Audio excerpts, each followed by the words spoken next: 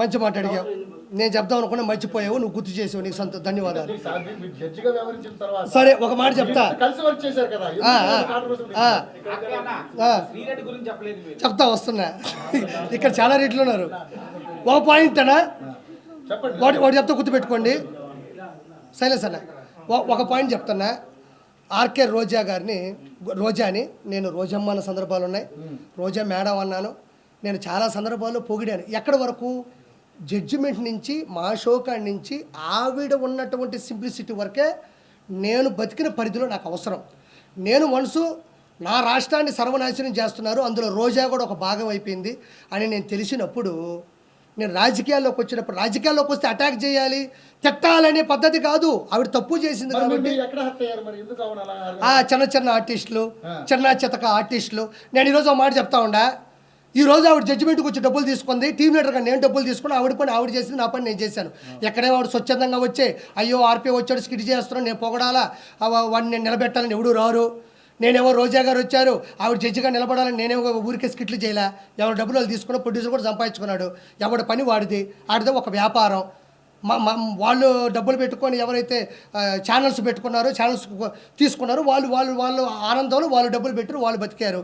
నేను ఎవరైనా వాడు చెప్తున్నా, ఈరోజు చిరంజీవి గారు మంత్రి అయిన తర్వాత చీర పెట్టి, కడుపు నిండా అన్నం పెట్టి, ఆ రోజంతా ఆవిడ్ని సంతోషపెట్టి, సంతోషం అమ్మా, ఒక ఆడపిల్ల ఉండి, ఒక హీరోయిన్ ఉండి, నా కొలీగ్ ఉండి, నువ్వు ఈరోజు మంత్రి పదవి వచ్చిందని పైన ఆయన చీర పెట్టి, కడుపున అన్నం పెట్టి, సరదాగా ఇంట్లో కాస్త కూర్చోబెట్టి పంపించిన పక్క రోజే ఈ రోజా పవన్ కళ్యాణ్ పట్టుకొని తిట్టలేదా? పవన్ కళ్యాణ్ గారిని ఆవిడికి సిగ్గు లేదా? అలాంటప్పుడు చిరంజీవి గారిని పట్టుకొని తిట్టలేదా? నాగబాబు గారిని పట్టుకొని తిట్టలేదా? ఏ రోజు తిట్టలేదా? అదే రోజా, ఆర్కే రోజా చిరంజీవి గారితో ఎన్ని సినిమాలు హీరోయిన్గా చేయలేదు? ఎన్నిసార్లు వాళ్ళు కలిసి భోంచేస్తుంటారు, ఎన్నిసార్లు వాళ్ళు సీన్లు డైలాగులు ఇద్దరు కలిసి మాట్లాడుకొని ఉంటారు, ఎన్నిసార్లు ఒకరినొకరు ప్రోత్సహించుకొని ఉంటారు. బాలయ్యబాబు గారిని పెట్టుకుని ఎన్ని తిట్లు తిట్టలేదు? బాలయ్యబాబు గారు ఎన్ని సినిమాలు చేయలేదు? ఒకసారి వికీపీడియా కొట్టి చూడండి. వాళ్ళు ఏ పాపం చేశాను తిట్టా, నువ్వన్నా పాపం చేసావు, ఏ పుణ్యము చేయలే. 3,000 కోట్ల రూపాయలు నగిరి ప్రజల మీద సంపాదించావు. కాబట్టి నేను ప్రశ్నించా, నీకు దమ్ముంటే నన్ను ప్రశ్నించు, ఎవరిని తిట్టకూడదు. నేను ఒకటే మాట చెప్తున్నా, నువ్వు జడ్జి చేసినంత మాత్రానో, నువ్వు నాకు దగ్గరైనంత మాత్రానో నువ్వు రోడ్లకి పోతే ప్రశ్నించకూడదా? నువ్వు జడ్జి అయినంత మాత్రానో, నాకు దగ్గరైనంత మాత్రానో గంజాయి అమ్ముతుంటే ప్రశ్నించకూడదా? నువ్వు జడ్జిమెంట్ ఇచ్చినంత మాత్రానో, నాకు దగ్గరైనంత మాత్రానో నువ్వు బూతులు నాయకుల్ని తిడతా ఉంటే నేను ప్రశ్నించకూడదా? నువ్వు జడ్జి అయినంత మాత్రానో, నాకు దగ్గరైనంత మాత్రానో నగిరి అభివృద్ధిని పూర్తిగా సున్నా చేస్తే నేను ప్రశ్నించకూడదా?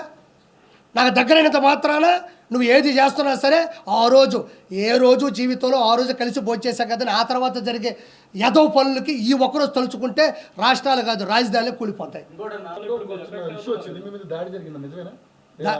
ఒక విషయం చెప్తాయండి, దాడి జరిగితే నా మొహం మీద ఒక దెబ్బ అన్నా కొడతారు, దెబ్బలు ఏమైనా ఉన్నాయో చూసుకున్నాను. అయినా వాడు చెప్తే గుర్తుపెట్టుకోండి, అది జరిగినా నేను దాన్ని ఎలా రికవరీ చేయాలో తెలుసు, నేను ప్రెస్ మీట్ పెట్టుకొని మాట్లాడతాను తెలుసు, చేసిన తప్పుని నిలదీయగలను. నా చేపల పులుసు మీద పడితే నా మీద పడ్డట్టే. నా చేపల పులుసు అంటే నా దగ్గర తీసుకున్న వాళ్ళు కావచ్చు, నేను ఇచ్చిన వాళ్ళు కావచ్చు, నాయి కావచ్చు. నేను అంత ఈజీగా ఇన్నోసెంట్ నేను కాదు. నేను జగన్మోహన్ రెడ్డినే నేను ఎలక్షన్స్ ముందే ప్రశ్నించినవాడిని. నేను ఎవరైనా నా దాని మీద దాడి జరిగితే నేను ఎక్కువ పెడతా. ఇప్పుడు విజయవాడలో నేను పెడతాను, ఎవరిని ఆపని చెప్పి చూద్దాం. విజయవాడలో నాకు తెలిసిన ఒక ఫ్రాంచైజీ ఓనర్ తీసుకున్నాడు, నేను కూడా అందులో భాగంగా ఈరోజు విజయవాడలో పెడుతున్నా, కొత్త రాజధానిలో పెడుతున్నా. ఎవడు చాపుతాడు ఆపని చెప్పి చూద్దాం. నేను ఆడే ఉంటా, ఆ రోజు ఏ దాడి చేస్తారో చేయమని చెప్పు. నేను ఆడే ఉంటా, గుమ్మడికాయ నేనే కొడతా, నేనే వడ్డిస్తా, నేనే కూర వండుతా, ఎవరు దాడి చేస్తారో చేయమని చెప్పు. నేను ఆ రోజు కూడా ముందు రోజు ప్రెస్ మీట్ పెడతా. విజయవాడలో నేను పెట్టే నెల్లూరు పెద్ద చేపల పులుసు మీద ఎవరు దాడి చేస్తారో చూద్దాం. మనం ఏమంత ఈజీ, ఇది ప్రజాస్వామ్యం, ఇది ప్రజల కొరకు, ప్రజల చేత రాసినట్టు రాజ్యాంగంలో ఉన్న ప్రజలు మనం ఇష్ట ప్రకారం వచ్చి దాడులు చేస్తుంటే లా ఎట్టబోయింది, పోలీస్ డిపార్ట్మెంట్ ఎట్టబోతుంది, సెక్షన్లు ఎట్టబోతాయి, ప్రజలు ఎట్టబోతారు, మీడియా ఎట్టబోతుంది, ఆడిపోతాయి, సీసీ కెమెరాలు ఎట్టబోతాయి. అంత ఈజీ అనుకున్నారు. ఒకటి మీద ఒక దాడి చేయాలంటే అంత ఈజీగా ఉండదు. దేని మీద దాడి చేసినా అది నా మీద చేసినట్టే, అంత ఈజీగా నేను వదిలిపెట్టను. నాకు ఇప్పుడు నీకు ఒకటి గుర్తుపెట్టుకో, ఇప్పుడు ఒక మెస్సో పోయినావు, అన్నం తిన్నావు, ఏమమ్మ పచ్చడి లేదు అన్నాడు, ఆడుంటే ఇంకా నా మెస్స రావద్దు అన్నాడు. మెస్స రావద్దు, మెస్సో పోతా. ఏమయ్యా 150 రూపాయలు డబ్బులు తీసుకున్నావు, మెస్సలో భోజనం పెట్టావు, సాంబార్ బాగాలేదు, పచ్చడి బాగాలేదు, ఒక హితువు చెప్పావు. అంత మాత్రం నువ్వు నా మెసకు రావద్దు అన్నాడు. అని మెసకు రాను, ఇంకో మెస పెడతా, లేదా మా ఇంట్లో తింటా, లేదా నేను వండుకుంటా, లేదా పెరుగు పెట్టు, లేదా స్విగ్గీ జొమాటో పెట్టుకుంటా. అంత మాత్రం అల్లు అర్జున్ గారి సినిమాలో మాత్రమే చెయ్యాలని రాసి పెట్టుందా? మీరు అడిగారు కదా, నేను ఆయన నిందించట్లే. క్వశ్చన్ దానికి నేను తప్పించుకోకూడదు, నేను తప్పించుకోవాల్సిన అవసరం లేదు కాబట్టి అది వదిలేసి ఇప్పుడు అది వద్దు నేను అలా. సినిమా ఇండస్ట్రీ చిత్తూరు నాగయ్య గారి టైంలో నుంచి చిరంజీవి గారి టైం వరకు వచ్చింది. కెమెరామ్యాన్లు విఎస్ఆర్ స్వామి గారి దగ్గర నుంచి, చోటా గారి దగ్గర నుంచి ఈ రోజు వరకు వచ్చింది. కమెడియన్లు 24 crafts, film chamber, producer council, junior artist సంఘం, ఏమన్నా కెమెరా సంఘం, కెమెరా ఆర్టిస్టులు, కెమెరామెన్, ఇవన్నీ పెద్ద పెద్ద క్రాఫ్ట్స్. అవి ఎవ్వరు ఏ దాన్ని అణిచివేయలేరు. నాకు ఆ రోజు జరిగి తప్పు అనిపించిందా నేను చెప్పా, ఈరోజు నిలబడ్డాను అంతే. నేను ఆ విషయం నేను వెనక్కి తగ్గను. ఇప్పుడు మీరు అడగకపోతే నేను చెప్పేవాడు కాదు, ఎప్పటికైనా కట్టుబడి ఉంటా. నీకు దమ్ము ఉంటే నేను బతుకున్నంతకాలం నువ్వు నన్ను రోజు ప్రశ్నిస్తూ ఉండు. నేను కట్టుబడి ఉంటా, నేను కట్టుబడి ఉంటా. పోతామండి, ఏ రోజు బావు. షుగర్ వస్తే పోవట్లేదా, థైరాయిడ్ వస్తే పోవట్లేదా, అంతు పట్టిన జబ్బు వస్తే పోవట్లేదా, ఎదిరించి పోదాం, ప్రశ్నించి పోదాం, ఎదుటి క్వశ్చన్ చేసి పోదాం. ఏముంది దాంట్లో? నాకేం ఇబ్బంది, తీసుకోకపోతేనే ఇబ్బంది. నాకు ఏ రోజు ఇబ్బంది అనిపించదమ్మా. ఏమంటే ఈరోజు జబర్దస్త్లో కానీ, ఈరోజు ఉన్న 175 మంది శాసనసభ్యులు కానీ, 25 మంది క్యాబినెట్ 25 మంది ఎంపీలు కానీ, క్యాబినెట్ మినిస్టర్లు కానీ, వాళ్ళు కూడా నాలాగే ఒక అమ్మ అబ్బకి పుట్టొచ్చిన వాళ్ళే. వాళ్ళు కూడా వాళ్ళ సంఘర్షణ స్థితి, వాళ్ళు ఉద్యమం కావచ్చు, వాళ్ళ డిగ్రీ కాలేజీల్లో వాళ్ళు లీడర్లు అయి ఉండొచ్చు, తర్వాత ఏదో ఒక ఉద్యమం మీద వాళ్ళు తిరుగుబాటు చేసి ఉండొచ్చు, ఆ తర్వాత కాలంలో రాజకీయాల్లోకి వచ్చి ఉండొచ్చు, నిలబడి ఉండొచ్చు. అది ఎవరికి వ్యతిరేకం కాదు, ఎవరికి వ్యత్యాసం లేదు. నాకు అనిపించింది, నా బాడీలో అది ఉంది, నేను ప్రశ్నిద్దాం అనుకున్నా, ప్రశ్నించానంతే. ఒకసారి ముందుకెళ్ళిన తర్వాత క్షమాపణ చెప్పే పరిస్థితి ఏ రోజు నేను తెచ్చుకోను. క్షమాపణ చెప్పే విధంగా నేను తప్పు చేయను. నా జీవితంలో నేను ఎవరికి క్షమాపణ చెప్పను.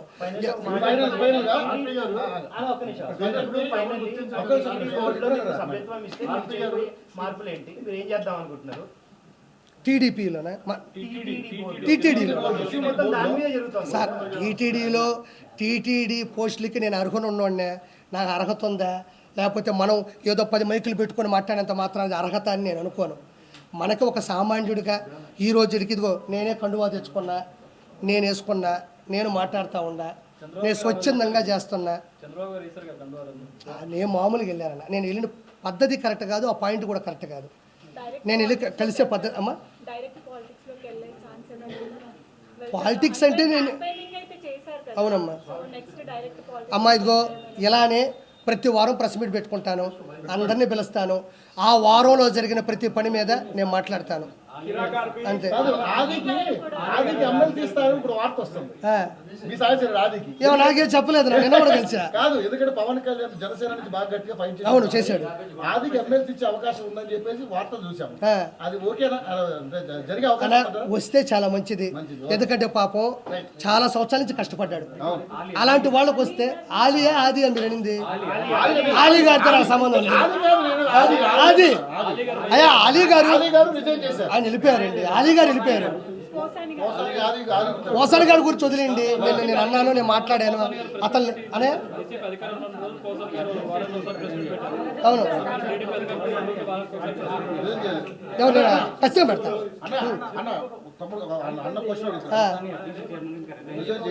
ఎవరు చేస్తాడు? ఇప్పుడు ఎఫ్డీసీ చైర్మన్గా పోసాన గారు రిజైన్ చేయలేదన్నారు, చేయకుండా ఇంట్లో పెట్టుకుంటాడండి దాన్ని. ఆ రోజు నేను మాట్లాడినప్పటి నుంచి ఈ రోజు వరకు బయటికి రాలా. బయటకు వచ్చి కనీసం ఓడిపోయిన తర్వాత అయినా ప్రజలు మమ్మల్ని ఎందుకు ఓడించారో మేము తెలుసుకుంటాం, మేము నేర్చుకుంటాం అని కూడా లేదు.